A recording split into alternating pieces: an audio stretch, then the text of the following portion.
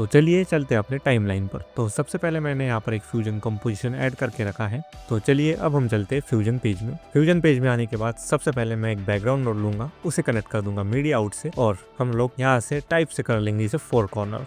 यहाँ पर एक कलर कोड पेस्ट करूंगा और कुछ ऐसा कलर हमें मिलेगा। बॉटम राइट में भी मैं सेम यही कलर रखूंगा। और अब आपको क्या करना है, और एक बैकग्राउंड नोड लेना है, इसे कनेक्ट कर देना है यहाँ पर। कनेक्ट करने के बाद इसका कलर कर देना है फुल वाइट करने के बाद अब आपको ऐड करनी है बी स्प्लाइन नोड, जो कि है ये वाली। इसे ऐड करने के बाद बैकग्राउंड को कनेक्ट कर देना है कुछ इस तरीके से, और कनेक्ट करने के बाद अपने हिसाब से कुछ इस तरीके का आप लोगों को रास्ता बना लेना है। और अब आपको क्या करना है, बी स्प्लाइन नोड में इस वाली की फ्रेम को रिमूव कर देना है, और सॉलिड को भी आप लोगों को कर देना है अनचेक, और बॉर्डर विड्थ को इंक्रीज कर लेना है। तो मैं कुछ इतना रख रहा हूँ, और अगर चाहो तो आप लोग और पॉइंट्स ऐड कर सकते हो इसमें। मैंने बहुत कम पॉइंट्स ऐड किए हैं। कुछ ऐसा हमारा रास्ता बना है। और अब हम क्या करेंगे, सबसे पहले एक ट्रांसफॉर्म नोड लेंगे और इसको थोड़ा सा छोटा कर लेंगे, साइज़ को कम करके, और मैं थोड़ा सा इसे नीचे ले आऊँगा, कुछ इतना। कुछ मैंने ऐसा शेप क्रिएट किया है। और अब हम क्या करेंगे, इन सारे नोट्स को कंट्रोल सी से कॉपी करेंगे, कंट्रोल वी से यहीं पर पेस्ट करेंगे। पेस्ट करने के बाद फिर से हमें मेन पाइपलाइन में इसे कनेक्ट करना है। कनेक्ट करने के बाद बी स्प्लाइन को पकड़ना है। सबसे पहले इसका जो बैकग्राउंड कलर है उसे कर देना है आपको ब्लू, या फिर आप लोग अपने हिसाब से इसे रख सकते हो, जैसे कि मैं पूरा ब्लू रख रहा हूँ। और अब आपको बी स्प्लाइन को सिलेक्ट करना है। स्टार्टिंग में बिल्कुल एक की फ्रेम ऐड करनी है लेंथ में, और इसको कर देना है 0 करने के बाद अपने हिसाब से कुछ फ्रेम्स आगे आना है, जैसे कि मैं आ रहा हूँ 500 फ्रेम पर। और ये जो टाइमलाइन की सेटिंग है उसमें मैंने 60 FPS किया है, इसीलिए इतनी ज़्यादा फ्रेम्स हैं हमारे पास। तो मैं आऊँगा 500 फ्रेम पर और लेंथ को कर लूँगा इंक्रीज। कुछ हमारा ऐसा एनिमेशन क्रिएट होगा। और अब हम क्या करेंगे, इस स्प्लाइन को पकड़ेंगे, स्प्लाइन विंडो को ओपन करके इसे कर लेंगे कुछ इस तरीके से स्मूथ। कुछ इस तरीके से हमने इसे स्मूथ कर लिया। आप चाहो तो मिडल में इसे और फास्ट कर सकते हो, वैल्यूज़ को इंक्रीज करके। मैं इसे करूँगा 50, तो मुझे ऐसा ही चाहिए, स्टार्टिंग में स्लो, बीच में फास्ट और एंडिंग में स्लो। और अब हम क्या करेंगे, इतना होने के बाद एक बैकग्राउंड नोड लेंगे फिर से, और यहाँ पर कनेक्ट कर देंगे इसे। कनेक्ट करने के बाद एक इलिप्स नोड लेना है, इसे कनेक्ट कर देना है अपने इस वाले बैकग्राउंड से, और इलिप्स को कर देना है छोटा करने के बाद इसका भी कलर मैं ब्लू ही रखूँगा। और अब आपको एक ट्रांसफॉर्म नोड लेनी है और यहाँ पर कनेक्ट कर देना है। कनेक्ट करने के बाद इसकी साइज़ को और छोटा चाहो कर सकते हो, या फिर इतना ही रखोगे तो भी चलेगा। तो मैं इसे और छोटा यहाँ से करूँगा, कुछ इतना। और एक पॉइंट हम लोग सेट कर लेंगे। और अब आपको क्या करना है, जैसे ही हमारी ब्लू लाइन यहाँ पर आती है 150 फ्रेम पर, यहाँ पर हमें इसे पॉपअप करना है। तो हम क्या करेंगे, ट्रांसफॉर्म को सिलेक्ट करेंगे, एक की फ्रेम ऐड करेंगे यहाँ पे, और कुछ फ्रेम्स पीछे जाएंगे। देखिए जैसे कि 150 पर हमने किया है, एक की फ्रेम ऐड की है, तो 140 पर हम लोग आएंगे और इसकी साइज़ को कर देंगे 0। और अब हम ट्रांसफॉर्म को सिलेक्ट करके इसके स्प्लाइन विंडो में जाएंगे, और यहाँ पर दोनों पॉइंट्स को सिलेक्ट करके आउट क्यूबिक ग्राफ को सिलेक्ट करना है, और फिर इस वाले हैंडल को कुछ इस तरीके से ऊपर ले जाना है, थोड़ा सा इतना। और अब हम क्या करेंगे, ये जो इलिप्स नोड है इसको थोड़ा ऊपर लेंगे, कंट्रोल सी से कॉपी करेंगे और कंट्रोल वी से यहीं पर पेस्ट करेंगे, और इसे कनेक्ट कर देंगे कुछ इस तरीके से। अब कनेक्ट करने के बाद आपको क्या करना है, सॉलिड को अनचेक करना है और बॉर्डर विड्थ को इंक्रीज कर लेना है, कुछ इतना। और बॉर्डर विड्थ को इंक्रीज करने के बाद अब हमें क्या करना है, हाइट पर राइट क्लिक करना है, यहाँ से सिलेक्ट करना है एक्सप्रेशन सिलेक्ट करने के बाद आप लोगों को कुछ इस तरीके से इसे विड्थ के साथ कनेक्ट कर देना है। अब कनेक्ट करने के बाद हम क्या करेंगे, जैसे कि यहाँ पर 150 पर हमारा एनिमेशन एक ख़त्म हो रहा है, जो कि ये बॉल का, तो हम लोग इस वाली एलिप्स को पकड़ेंगे, यहाँ पर एक की फ्रेम ऐड करेंगे विथ में, और जाएंगे 160 फ्रेम पर, और इसको कर लेंगे इंक्रीज़। कुछ ऐसा हमारा एनिमेशन आएगा। और अब हमें क्या करना है, इसे चाहो तो स्मूथ कर सकते हो, तो मैं यहाँ पर जाऊँगा, मैं इसे कर लूँगा आउट क्यूबिक करने के बाद अब आपको क्या करना है, यहाँ पर लेवल में की फ्रेम ऐड करनी है 155 फ्रेम पर, और 160 पर जाना है और इसे कर देना है 0। कुछ ऐसा हमारा एनिमेशन बनेगा जो कि हमें चाहिए था। अब हम सेम इन चारों नोड को कंट्रोल सी से कॉपी करेंगे, कंट्रोल वी से पेस्ट करेंगे। पेस्ट करने के बाद कनेक्ट करेंगे हमारी मेन पाइपलाइन में, और फिर ट्रांसफॉर्म में जाकर इस वाले बॉल को यहाँ पर सेट करना है। सेट करने के बाद अब क्या करना है हमें, जैसे ही हमारी लाइन यहाँ पर आती है टू 40 फ्रेम पर हम लोग इसे पॉपअप करेंगे। तो अब आपको क्या करना है, ट्रांसफॉर्म को सिलेक्ट करना है, की फ्रेम विंडो में आना है और इसको कर लेना है यहाँ पर, ये हमारी दोनों की फ्रेम्स को। और सेम चीज़ आपको अपने इलिप्स के साथ भी करनी है। आपको की फ्रेम विंडो में आना है और इसे कर लेना है कुछ इस तरीके से यहाँ पे। तो अगर अब हम देखें तो हमारा कुछ ऐसा एनिमेशन आ गया। फिर से हम लोग इसे एक बार कॉपी करेंगे, फिर से पेस्ट करेंगे और यहाँ पर कनेक्ट करेंगे। कनेक्ट करने के बाद सेम अब आप लोगों को जहाँ पर चाहिए, जैसे कि मुझे इस वाले पॉइंट पर चाहिए एनिमेशन, तो सबसे पहले हम बॉल को यहाँ ले जाएंगे और 310 पर हम लोग इन की फ्रेम्स को ले आएंगे कुछ इस तरीके से। फिर से इलिप्स को सिलेक्ट करेंगे, यहाँ से इनको भी कुछ इस तरीके से यहाँ पर ले आएंगे। अब इतना होने के बाद हम लोग इसे ले जाएंगे 3D में। 3D में ले जाने के लिए सबसे पहले आप लोगों को इसको डिस्कनेक्ट करना है, यहाँ से मर्ज को पकड़ना है और एक इमेज प्लेन ऐड करनी है, फिर मर्ज 3D को ऐड करना है, फिर कैमरा 3D और फिर रेंडरर 3D। और रेंडरर 3D का आउटपुट आप लोगों को मीडिया आउट में कुछ इस तरीके से कनेक्ट करना है। अब मैं यहाँ से सेकंड व्यूअर भी ऑन कर लूँगा और मर्ज को यहाँ पर ओपन कर लूँगा। अब आपको क्या करना है, जो हमारा कैमरा है इसको कुछ इस तरीके से पीछे ले आना है ऐसा। और अब हम जो ये वाला इमेज प्लेन है, सबसे पहले मैं इन्हें थोड़ा सा दूर कर लेता हूँ ताकि आप लोगों को समझ आए।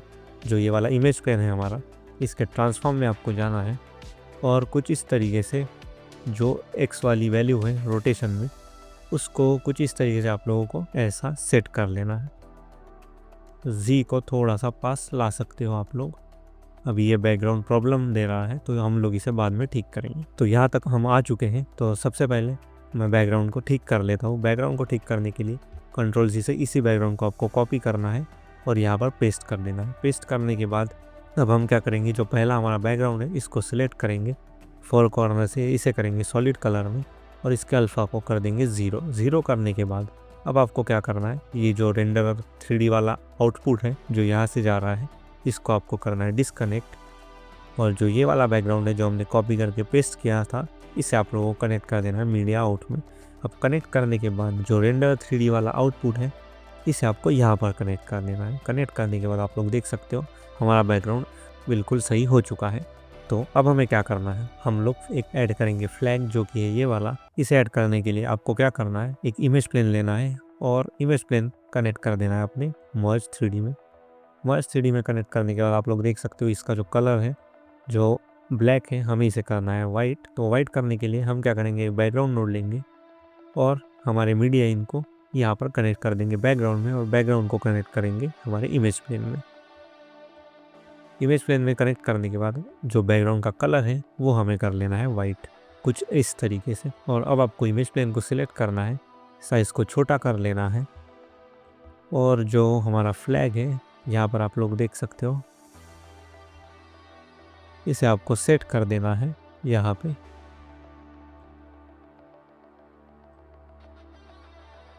कुछ इस तरीके से और इसको हम थोड़ा सा सीधा कर लेंगे हमारे Z रोटेशन की वैल्यू से और इसको और थोड़ा इस साइड ले आएंगे कुछ ऐसा। तो हमारा परफेक्ट सेट हो चुका है फ्लैग। इसमें ऐड करना है टेक्स्ट। टेक्स्ट ऐड करने के लिए हम लोग यहाँ से टेक्स्ट 3D को लेंगे और यहाँ पर कनेक्ट कर देंगे। कनेक्ट करने के बाद यहाँ पर आप जो चाहे लिख सकते हो। तो मैं यहाँ पर .1 लिख देता हूँ और फॉन्ट को आप लोगों को सिलेक्ट कर लेना है और इसकी साइज़ को हम करेंगे कम। साइज़ को कम करने के बाद आप लोगों को इसे कुछ इस तरीके से यहाँ पर लाना है जहाँ पर हमारा फर्स्ट बॉल है वहाँ पे, और साइज़ को और छोटा कर लेना है कुछ इस तरीके से। तो जैसे ही हमारा यहाँ पर एक बॉल जो है हमारा विजिबल हो रहा है, तब हम इसे एनिमेट करेंगे और हम एक सिंपल एनिमेशन देंगे फेड इन वाला। तो आप लोगों को शेडिंग में आना है, एक की फ्रेम ऐड करना है और आप लोगों को इसे कर देना है पूरा कम और कुछ फ्रेम्स आगे जाकर ओपेसिटी को कर लेना है इंक्रीज़। कुछ ऐसा हमारा एनिमेशन आएगा।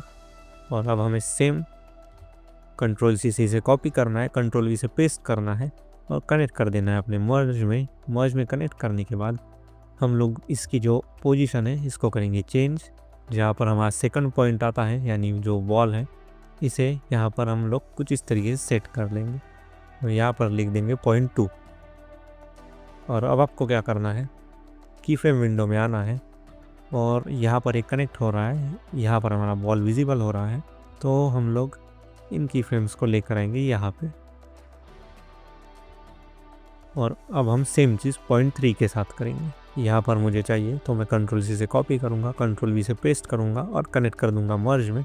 कनेक्ट करने के बाद यहाँ पर लिख दूँगा पॉइंट 3, जो इसकी पोजीशन है सेम हम पिछले वाली जैसे कुछ इस तरीके से यहाँ ले आएंगे।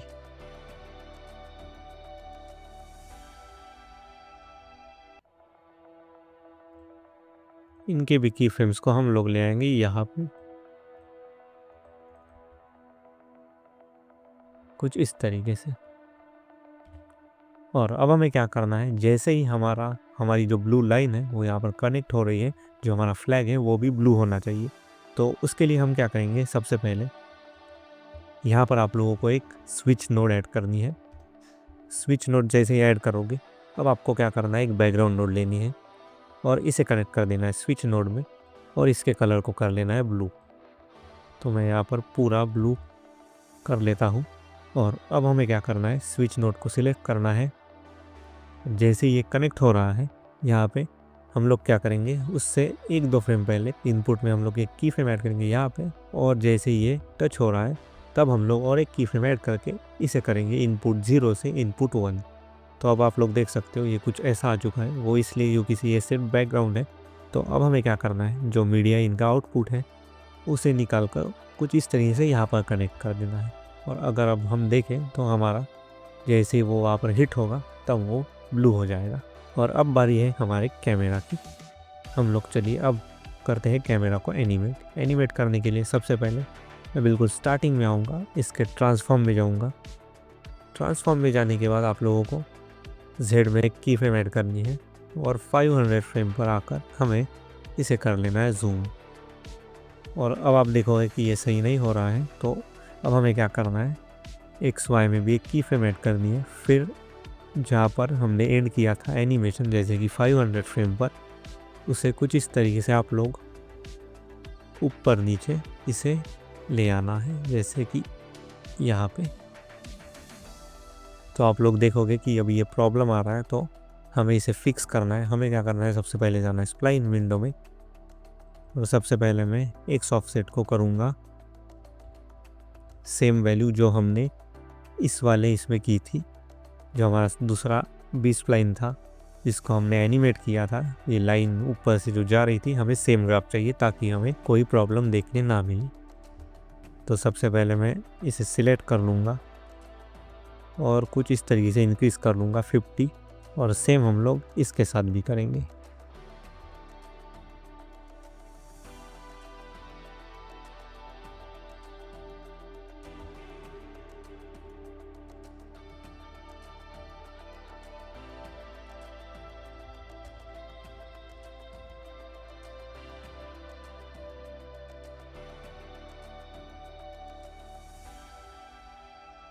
तो ये हमारा पॉइंट 1,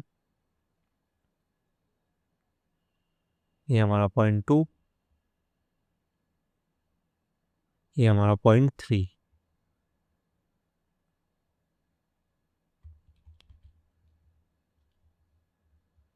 आप लोग चाहो तो कैमरा को और अच्छे से एनिमेट कर सकते हो रोटेट करते हुए। तो हमारा एनिमेशन रेडी हो चुका है। ये वीडियो आप लोगों को कैसी लगी मुझे ज़रूर कमेंट में बताना, और आप लोगों को पता ही है इसको और बेहतर बनाने के लिए क्या करना है। मोशन ब्लर ग्लो ऐड कर लेना, आप लोगों का एनिमेशन बहुत अच्छा लगेगा।